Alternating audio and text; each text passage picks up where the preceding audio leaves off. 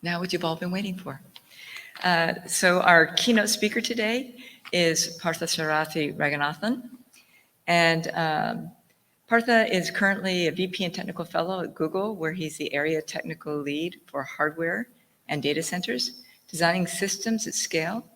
Prior to this, he was an HP Fellow and Chief Technologist at Hewlett-Packard Labs, where he led their research on systems and data centers.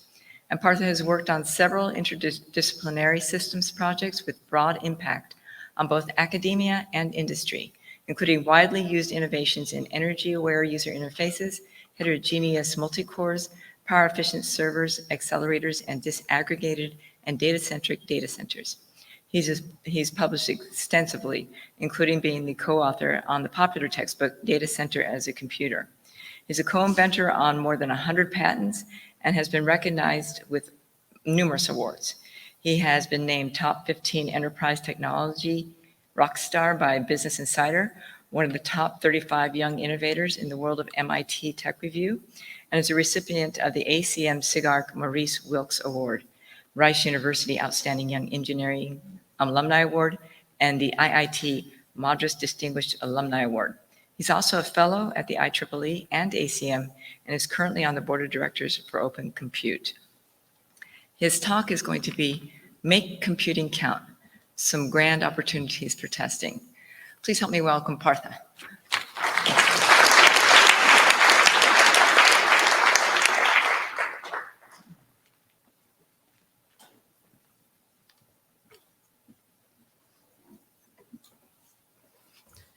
Hi, everyone.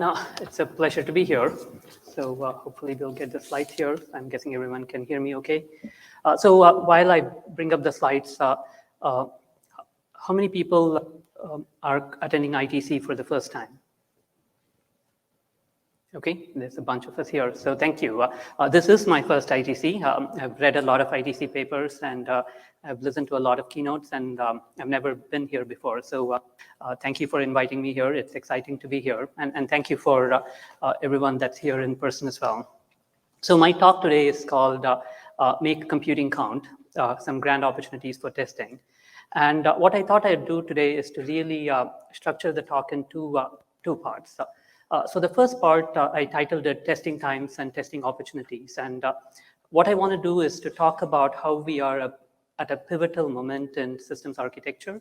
I'll talk a little bit about the slowing of Moore's Law and what it means for us. And I'll talk about how, as a community, we are all responding in terms of thinking about new accelerators, new software-defined infrastructure, and so on. And I'll talk a little bit about some of the problems as it pertains to the testing community as well. And then in the second part, with that as context, I want to talk a little bit about what does it mean for the testing community and what are some of the grand challenges ahead. And I want to focus on 4 specific vignettes of some really interesting challenges that I think we all together can work on. Okay, so with that, Teresa, when she introduced me, she mentioned, I'm really privileged to be part of the team that designs the planet scale computing that underpins all of Google services, Google Cloud, Gmail, web search, and so on. And as part of doing that, we've had to face a whole bunch of challenges in terms of thinking about how do we deliver performance at scale? How do we deliver reliability at scale? How do we deliver cost efficiency at scale? And I think we've done a fairly good job in the past 2 decades or so. But recently, we are seeing several significant challenges. And the first one, I think, something that I'm not going to belabor to this community, it's the slowing of Moore's Law. And again, Moore's Law means a lot of things to different people, but in this particular talk, I'm going to refer to Moore's Law as the slowing of improvements in performance per dollar, performance per cost. So we are all used to performance doubling every 2 years for the same cost, and that is slowing down. And it's not just in terms of basic computing technology. Every single aspect of our technology, whether it's DRAM, dollar per byte, or hard drives, or power efficiency, or cost efficiency, we see some significant technology plateaus in all aspects of technology. And that by itself is a problem. But then when we combine it with the demand that we see, So this picture basically shows two graphs. You have time on the x-axis and you have an exponential on the y-axis. And the line in blue shows the increase in computing. And the line in red shows, in this case, a proxy for the demand that you have. What I have here is the number of hours of video uploaded per minute. And you can see that the growth in the red curve is exponentially diverging from the growth in the blue curve. And so what that suggests is that demand is significantly outpacing supply in terms of all the traditional workloads that we can think about. But then if you look at another example, what I have here again is time on the x-axis, exponential on the y-axis. And in this case, we have a picture that shows the demand for machine learning cycles from OpenAI. And what you can see here is a phenomenal 300,000-fold increase in the compute we want. And more importantly, if you look at the requirements, performance doubles every 3.5 months. And so leave alone the Moore's law of performance needing to double every 2 years. Here we have a workload that shows performance requirements doubling every 3.5 months. And as an example, if you look at Google Palm, so how many people have seen or heard about the Google Palm here? A few people. This is, we had a blog post recently, and this is one of the latest models that we have. It has about 500 billion parameters. And more importantly, it has 2.5 yottaflops of computing that generated that. And the Google Palm model is very interesting because it can do a whole bunch of really sophisticated things, some of which is almost magical. But I picked one example of how the model can actually interpret jokes. And if it's, the font isn't too bright there, the context here is, the joke is, did you see that Google just hired an eloquent whale for their TPU team? It showed them how to communicate between two pods. And the machine learning model basically says, well, yeah, TPUs are a type of computer chip, and a pod is a group of whale, but a pod is also a group of TPUs, and the joke is that the whale is able to communicate between blah, blah, blah, right? And if you think about the fact that a machine learning model can actually have the sophistication to start explaining jokes at this level, that's pretty phenomenal. But then if you think about the applications of machine learning, which are starting to become pervasive, whether it's healthcare, where you're using machine learning for diabetic retinopathy, cancer detection, robotics, self-driving cars, weather detection, agriculture, neuroscience, we are at a very fundamental epoch in terms of where we are with machine learning. And sometimes I often think that we are almost at a new epoch in science. And if you think about how science has evolved over the centuries, we started with pure empirical research, which was all physics by observation. We've gone on to theoretical, which is all mathematical and equations. We went to computational, where we had computational modeling. And we are now at this new epoch of science where we combine big data, machine learning, custom silicon, and we are really trying to understand phenomena through a combination of all of the above approaches, so which is super exciting. So some significant opportunities ahead that need us to need more and more computing. And then on top of that, if you think about some of the recent trends around cloud computing and the smart Internet of Things and so on, that is another fundamental pivot in terms of what we are thinking about. Every single business in the enterprise is thinking about digital transformation when they move to cloud. And that, again, is an incredibly nascent and huge market that, again, poses a lot of requirements for computing. So this problem is basically what we are trying to look at. So on one hand, we have slowing supply from Moore's law slowing down. On the other hand, we have exploding demand with all the requirements that we talked about. And the combination together is really the problem statement that we as a community have to be facing. Now, but there is more. So I will posit to you that there is almost something that I call a negative Moore's law. So how many people here have heard of some of the security challenges like Spectre, Meltdown? A lot of people here. And so these are side channel attacks that came up in the past couple of years. And the interesting part about this is not that they're very scary, which they are, but the fixes to many of these security challenges needed us to turn back some of the performance optimizations that we have. So not only do we have performance improvements slowing down, we actually have regressions in performance, and hence this term negative Moore's law. And so that's a challenge. In addition, let's think about reliability and testing, something that is very close to this particular community. Google recently wrote a paper called Cores That Don't Count. And in that paper, we talked about this very insidious problem of silent data corruptions. And silent data corruptions are basically, we've always known there are some things where there are a few errors. It's 1 in a million, 1 in 10 million, and they're rare, and we know kind of how to deal with those.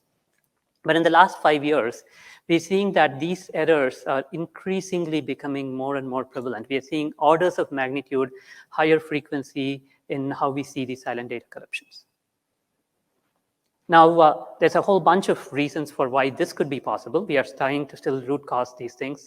I was talking to Jeff earlier, and he pointed out these are symptoms, and silent data corruptions are symptoms, and we still need to figure out what's going on. But part of the challenge, again, is as Moore's law becomes slower, the fabrication technology gets ever complex, the architectural complexity gets ever complex, and the marginal defects with such large CPU designs, the diversity in voltage, temperature, workloads that we need to stress test our systems on gets very complicated. The lifetime degradation effects, especially when you start having systems in the fleet longer. Again, one of the consequences of end of Moore's law is if you're not getting performance improvements, there is no incentive to upgrade your systems, and you're going to have your systems longer in the fleet, which means some of the wear out effects start getting more pronounced. And finally, I think one of the most significant changes is when you think about systems like Google, hyperscalers, or cloud scale computing, you have the opportunity to put like 1 billion cores in a single room and really stress test things that you normally wouldn't be able to do.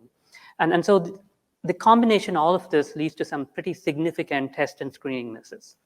And so that's bad. So when 1 + 1 does not add up to 2, it's always a problem. But then if you start thinking about some of the secondary challenges with silent data corruption, things get really, really hairy. So the first one is the software toil. So whenever there is a silent data corruption, the amount of time it takes for people to figure out there's a bug has an incredible tax on our software developers. And one of the things I like to point out, whether it's a Google, when I was talking to KJ, he mentioned, hey, Google, I thought Google was a software company, and there's a lot of hardware going on right now. But hardware engineers still are a minority compared to software engineers. And it's a factor of 1:100, 1:1000. And even across the community, if you look at the number of software engineers in the world versus the number of hardware engineers in the world, the ratio is pretty significant. And so as designers, we have an obligation, we have a leveraged play here in terms of being able to reduce the toil for our software colleagues in terms of being able to do that. And sometimes SDC, silent data corruption, is a pretty significant challenge there. The second problem we have is around cascading failures. So if you have one silent data corruption in a virtual machine in a cloud, and that virtual machine migrates to multiple systems, you have a problem. If you have one silent data corruption in a key that encrypts something, and you corrupt an entire file, you have a problem. And so we've seen many of these problems in the fleet, in production, cause phenomenal trouble. And so it's very important to figure that out. And then finally, what we see, the orders of magnitude increase that I talked about, to me just represents the tip of the iceberg. For every error I see, I worry about how many errors am I not seeing. And my suspicion is there is a significant fraction of errors that we are not seeing as well. So the problem is bigger than we think. And so the combination of all of this leads to some fundamental trust issues in terms of, can we trust our computers to do the right thing? And that's, again, a very, very significant problem to face. So again, slowing supply on one hand, growing phenomenal demand on the other hand, and in combination with new challenges around testing and security, we have a problem. And then the way we are going to solve this problem is to really start rethinking how we think about Moore's law and start thinking outside the box. And so really there are two big pillars in terms of how we think about this new Moore's law at Google. And the first one is to think about how can we efficiently design hardware. And this is around thinking about accelerators and thinking about the velocity of how we design hardware. And the second one is around how do we efficiently use the hardware that we have. And this is around thinking about software-defined infrastructure, disaggregated systems, and so on. And a common theme across both of these pillars is the increasing use of machine learning to squeeze out more benefits, and the use of cloud to be able to democratize some of these advances. So let's talk about the first one, which is how do we build efficient hardware. So the notion behind building custom silicon is fairly straightforward. It's, as most of us here know, if we can take a specific workload and optimize our system for that workload, you get improved performance for the same die area, same power. So you get improved performance per area, performance per watt, and potentially performance per dollar as well. And so over the past few years, we've gone from CPUs to GPUs to how many people have heard of tensor processing units? Okay, everyone, I'm very happy. How many people have heard about video coding units that Google has talked about as well? A few people there. So video coding is, we have a video coding accelerator that makes YouTube faster, that makes Google Meet faster as well. Again, phenomenal improvements in performance per watt. We have accelerators for security. We have accelerators for networking. And so we have essentially an alphabet soup of new accelerators that are coming in. And every one of these accelerators is pretty fascinating, but for purposes of this talk, I want to step back and highlight two major vignettes that I think is relevant for this community. So the first one is this notion that when you're starting to think about this new world of accelerators, it's fundamentally about thinking about software, it's about thinking about systems, and it's thinking about co-design. So the picture basically that you see on the screen shows the hardware as this tiny sliver at the bottom. And then on the top, you have the firmware, the software, the drivers, the compilers, the libraries, the tools, the debugging. And so it's not just about building a single tensor processing unit chip. It is about expanding them to build these large-scale distributed systems, the pods that you heard about in the Palm joke. It's about thinking about issues like scaling, virtualization, quality of service. It's about thinking about how do you co-design accelerators with very big code bases. Google web search code is huge, and it's been optimized significantly. It's been optimized in an era that was pre-accelerators. No single hotspot, lots of complicated threading. How do you take care of all of these? How do you do testing at scale? And one of the important things, the lessons that we have learned when we have deployed all of these accelerators at Google is that it's as important to think about the usage of the accelerator in the fleet as it is to think about just designing it. And I often kind of paraphrase the famous philosophy quote: if a tree falls in the forest and nobody heard it fall, did it really fall? And the equivalent of that is if an accelerator lands in the fleet and nobody can use it, did it really land? And so it's really important to think about the tooling, the debugging, the testing that happens with every one of these accelerators as well. So the broad theme really is that you want to think systems, you want to think hardware, software, co-design. And the second big observation really here is that we like to think about big accelerators like tensor processing units or video coding units, but we're going to see a continuum of accelerators across small accelerators, big accelerators, and so on. And the picture on the left in the screen here shows the cycle spent at Google.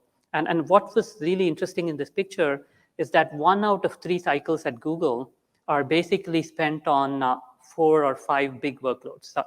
We call them the data center tasks. These are things like memory allocation, memory copy, protocol buffer, RPC. So the kind of things that are the basic for you to kind of think about large-scale distributed systems.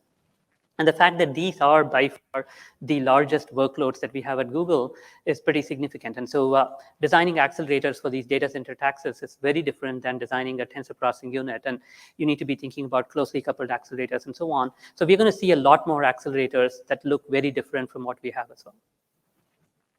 So the second part really is around thinking about how do you use the hardware efficiently. And really the key premise here is that you want to think about the entire data center as a computer and think about software-defined infrastructure. And one of the big challenges here is to take an existing system, a server that has been designed, and you disaggregate it. So you break it up into its individual components, and you basically think about compute complexes, memory complexes, storage complexes, power complexes. And what you have from this kind of an architectural approach is that you get efficiency by simplicity. So you have these simple modular building blocks that you kind of build together, and you get capability from composability. So you can combine all of these blocks together and be able to have some pretty significant differentiated solution as well. So it's a pretty fundamentally different way of thinking about hardware, which is wrapping this layer of software around hardware and calling it software-defined hardware. And then when you combine it with some of the changes in large-scale distributed systems. So once again, I don't have time to kind of go through all the epochs here, but if you look at distributed systems, we've kind of gone all the way from the internet era to kind of the client-server era to the I/O scaling era to more recently the scale-out era. And we are again at the beginning of a fifth era of distributed systems where if I look at the workloads at Google, we are fundamentally rethinking what scale-out means, what distributed systems mean. How do you optimize for microsecond latencies? How do you optimize for accelerators? How do you optimize for persistent memory in the fleet and so on? So pretty significant changes there as well.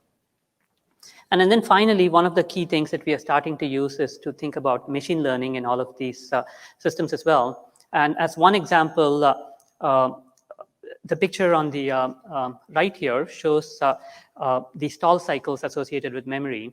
And one of the interesting observations that we found when we looked at this picture is across Google, for every unit of money I spend, if I spend $1 on computing, I lose about 50 cents because I'm waiting stalled for the memory subsystem, either the cache hierarchy or the memory hierarchy, which at the scale at which we spend money, that's not a good effective use of money.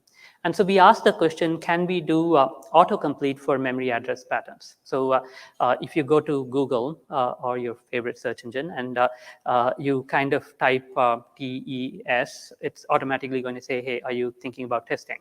And so similarly, we applied a machine learning algorithm where if you are accessing memory pattern A, B, C, then you prefetch D, E, and F into the first level cache so that you don't have to wait even a single cycle and things are ready when you need them. And what was very interesting is that we found that out of the box, a very simple LSTM machine learning model could get twice as good as the best hardware predictor that we had at that time. And what was also very interesting is that the machine learning model, as you can see from the picture on the right, you could kind of identify archetypes. You could identify clusters of different access patterns that can then be used to be very prescriptive to the software developer about what they could do to optimize their programming patterns and memory access patterns as well. So very, very powerful way of applying machine learning to start thinking about efficiency in a different way. And then finally, the cloud is, again, a pretty interesting way to think about how we are thinking about systems design. And the combination of having a large data set where we can think about insights driven from large data analysis and logs combined with open ecosystems really gives you a chance to push the innovations for this new Moore's law further. And so if you are a very small business, in the past, where if you had to kind of think about co-design and the kind of investment that you needed, versus in the future, where you could just go to cloud and buy the latest TPU and start innovating on top of that, the friction for innovation in this new Moore's law is dramatically reduced with cloud. And I think that's interesting as well. So the broad theme that I want to take away from this particular part of the talk really is that Moore's law is slowing down. It's leading to a completely different era of how we think about systems with accelerators and software-defined infrastructure.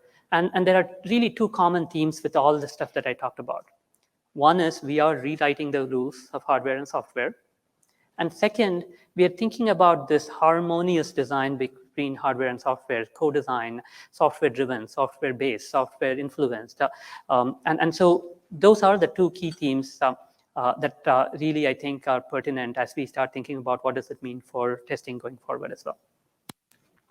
So with that, let me pause for a second and transition to the next part, which is, given this context, what does it mean for the testing community?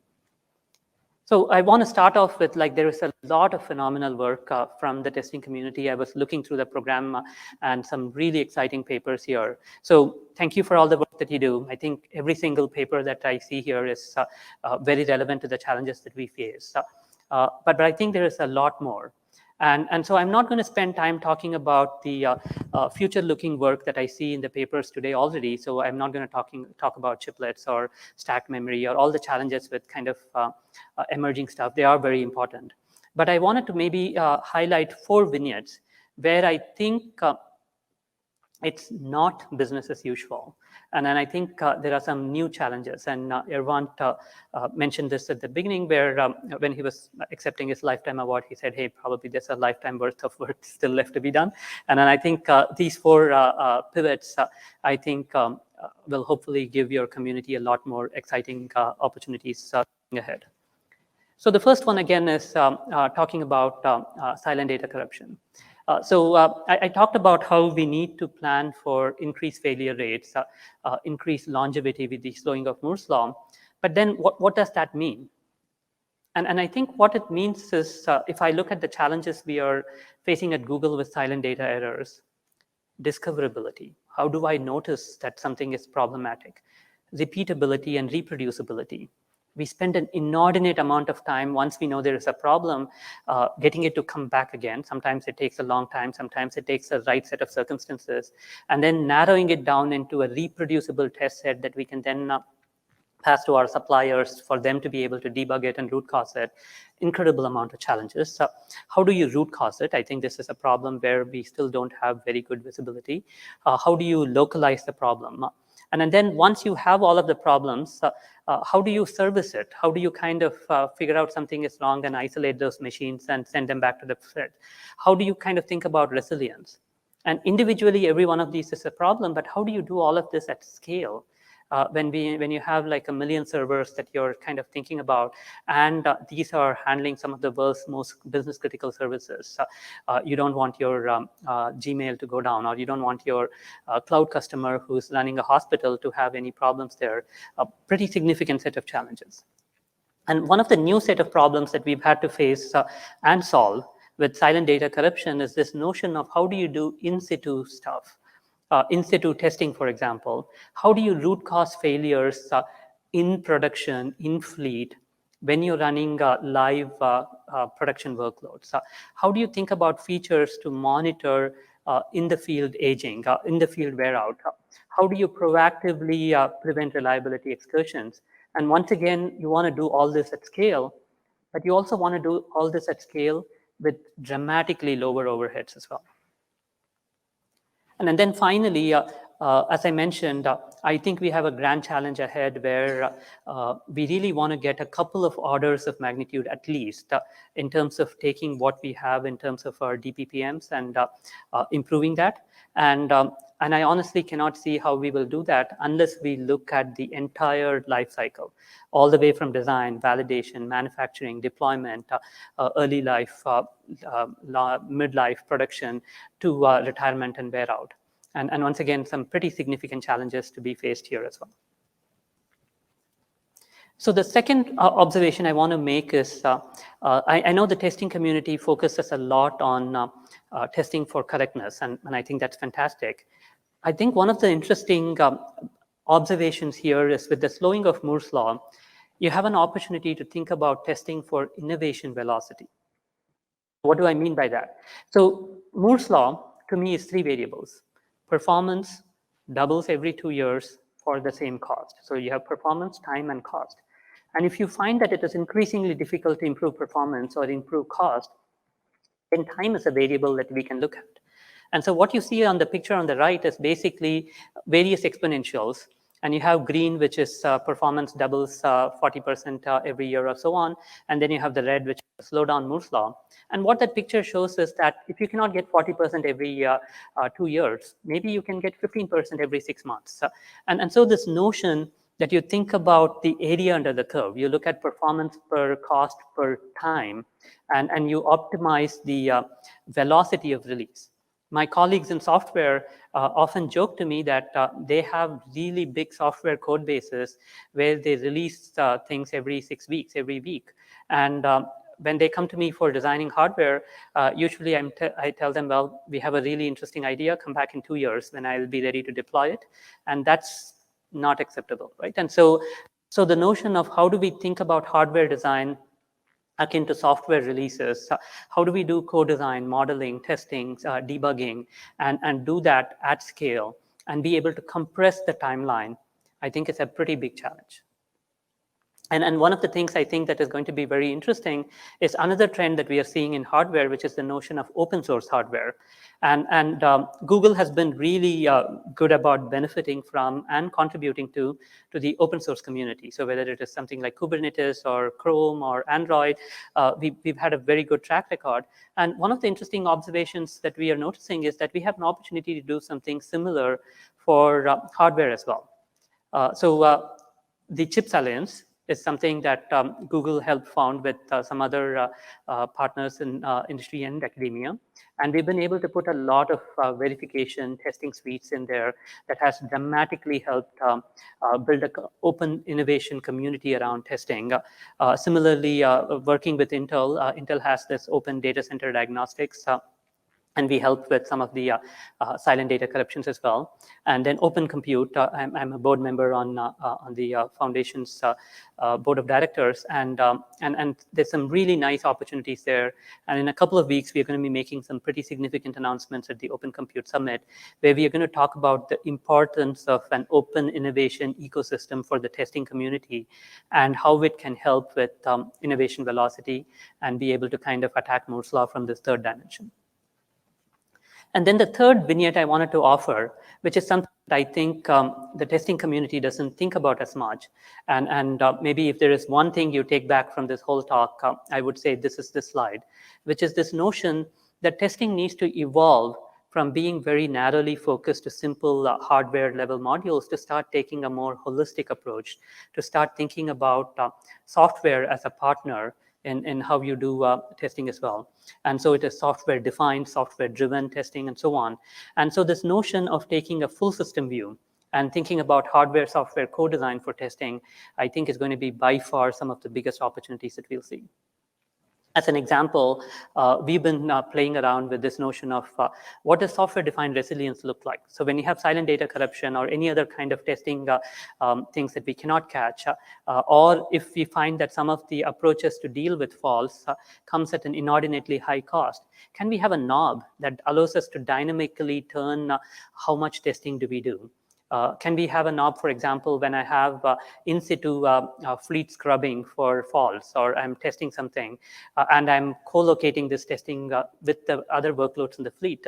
Can I have a knob that adapts to what we want to look at as well? Can I do dynamic SLOs, service level optimizations? Can I think about knobs in the hardware that are used in software to kind of control how things are going on and so forth?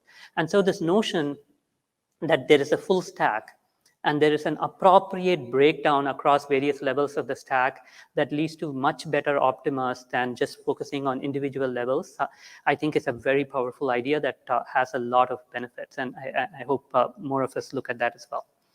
And then finally, it wouldn't be a Google talk if I didn't mention machine learning a few times. So I think machine learning, as I mentioned, does have some really interesting opportunities for testing as well. The picture that you see there, we've had a lot of recent success with using machine learning for VLSI workloads, whether it is architecture exploration, RTL synthesis, verification, placement, and routing. We see evidence that using ML-driven approaches can have an order of magnitude disruptive change there. And so the notion is, how do we think about machine learning more pervasively? Auto discovery, auto dev testing. Google has this open source contribution called SillyFuzz, where we take RTL and we kind of come up with some really nice testing, and that's been pretty phenomenal. How do we do auto stress testing? How do we do auto adaptive testing? But I think obviously machine learning is not a panacea. And at the same time, when we start thinking about more and more adoption of machine learning, it's also important to start thinking about appropriate research on how to do it correctly as well. How do we kind of think about multiple tiers of checks and balances for safety, for fairness, for usability, for understandability? So there's a whole bunch of opportunities around using machine learning, but also using machine learning appropriately and correctly as well. So I think I highlighted these 4 opportunities because to me, as I was reading the program, it looked like these would be a different perspective that coming from outside the community, I could add to the conversation here a little bit. But honestly, I think there are dramatically a lot more opportunities. I think this is just the tip of the iceberg. And I think about this from mud to cloud, all the way from the data center to the software, from chip to ship, from design to launching the ship. If you think about the data center of the future, it's going to be fundamentally different. For the past 50 years, how we thought about designing data centers is not going to be relevant. We're going to be designing data centers completely differently. If you think about the server of the future, It's going to be dramatically different. It's already, if you look at an existing server, what used to be a single motherboard with a socket and with multiple DIMMs, it's now broken up. So you have multiple compute complexes, you have smart NICs, you have modularity, you have disaggregation, you have accelerators. We call this the multi-brain server of the future. And so the server of the future is going to be dramatically different. The silicon of the future is going to be dramatically different as well. And you see that already going on. And as you think about more and more people embracing COT technology and starting to innovate using ML for VLSI, it's going to be very, very different. And then if you look at the systems of the future, the distributed systems of the future, the software stacks of the future, they're going to be pretty fundamentally different as well. Any one of these changes would be a black swan event. A black swan event is a financial term where you're looking at a fairly deceptive term that in hindsight, you should have predicted. And every one of these is a pretty significant deceptive event, but the combination of these, I think, is some pretty phenomenal opportunities for us. But again, every single one of these, I think to truly leverage the benefit of these opportunities needs co-design and collaboration across communities, across industry and academia, as you heard about earlier, across hardware and software, as I was talking about, across different groups in the community as well. And so I want to leave us with that parting thought, which is basically, as you think about the future of computing, point number one, we are at an pivotal epoch here. We are at an inflection point here. Moore's law is slowing down, and with that comes some pretty big challenges, whether it's things like silent data corruptions and increased test misses, or new opportunities, whether it is accelerators or software-defined infrastructure. The testing community is going to be a critical part of this journey going forward. We will have a whole bunch of new opportunities and challenges. We will have the traditional opportunities that all of us have been working on, but I think we're going to have some new opportunities, whether it is thinking about silent data corruption and testing at scale, whether it's also thinking about testing as an important tool in our arsenal to improve velocity to attack Moore's law, or whether it is thinking about testing in a fundamentally different way as software-defined, software-driven testing approaches, and using machine learning to optimize testing. And once again, I think co-design and holistic design will be key. So with that, thank you once again for the opportunity. And I think if you have time, I'm happy to take a few questions as well.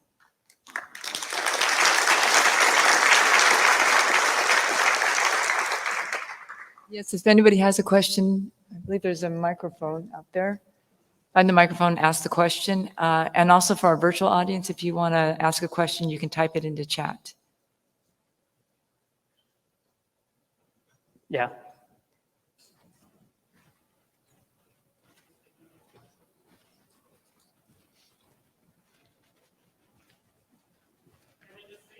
Why don't you shout out your question and I'll try to repeat.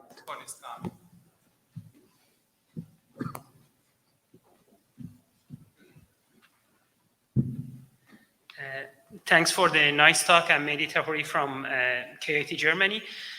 You mentioned about some of the topics like silent data corruptions, aging, and so on. And it is interesting that actually our community has been looking in these issues for a long time. I remember like it was around 20 years ago that the issue of software and silent data corruption caught the attention of the chip making companies. And, it came from there. And there were lots of solutions from the community, industry, and academia for that. If you're talking about aging wear out, it was around 10 years ago that basically this community, ITC, used to have several work that basically looking into that. I was wondering how the issues are fundamentally different from, let's say, cloud computing and the way that you see it from, let's say, the solutions for software and silent data corruptions at the microprocessor level. Good question. So I think the question really is, hey, we've had a lot of really good work here. What are the fundamental changes that need us to revisit stuff? I think it's a good question. So I have myself worked on silent data corruption or false decades back, and some of those techniques are applicable. I think the challenge to me really is twofold. One is we are seeing some of the root causes don't seem to be the same root causes that we have seen in the past, and we don't understand them. And it has to do with the fact that technology is much smaller, and that we are doing some really magical things in technology and architecture design that we really didn't anticipate 20 years back. So the set of assumptions that drive faults have changed. Now, there are a lot of assumptions that are valid, so I think we can learn a lot going back to some of those papers. But I think some of the assumptions have changed. So that's number one. And number two, I find that in any community, you have a good academic body of work that is almost ahead of its time. And then industry catches up and says, hey, I see this problem. And then you see a resurgence where you take all of those solutions and you then make them applicable to deploying in production, in scale, in the fleet. And I think we haven't seen that work. And so, for example, I've written papers, which are award-winning papers on how do you take fault tolerance. And when I try to apply them in the context of Google at scale across millions of servers, they don't work. And so I've had to rethink and revisit some of those. And so I think to me, the second part is really key, is how do you do, say, and I mentioned this with in-situ testing, how do you kind of do in-situ testing across a billion cores? So I think that's the second problem. So the first one is some of the assumptions are different, and second is the deployment and the real world challenges are dramatically different. Thanks.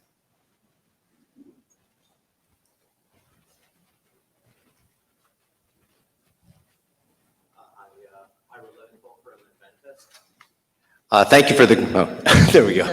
Thank you for the great talk. I'm Ira Leventhal from Advantest. And I had a question. It was very interesting how you talked about software taking over for some of the things that hardware has typically done. And I think about, we also have cases with hardware taking over for software, historical things like computation and memory and so on. How far do you see this going? Can you see a world where we even stop using the terms hardware and software at some point in the future and it kind of just all meshes together? I think, I don't believe we will have like one amorphous entity that is neither software nor hardware. But I do think the dialogue between software and hardware will get richer and more fine-grained. And so when you start thinking about defining the problem statement, I do feel that we will have to think about what does the full stack look like and what are the interfaces and abstractions and architectural aspects across hardware and software.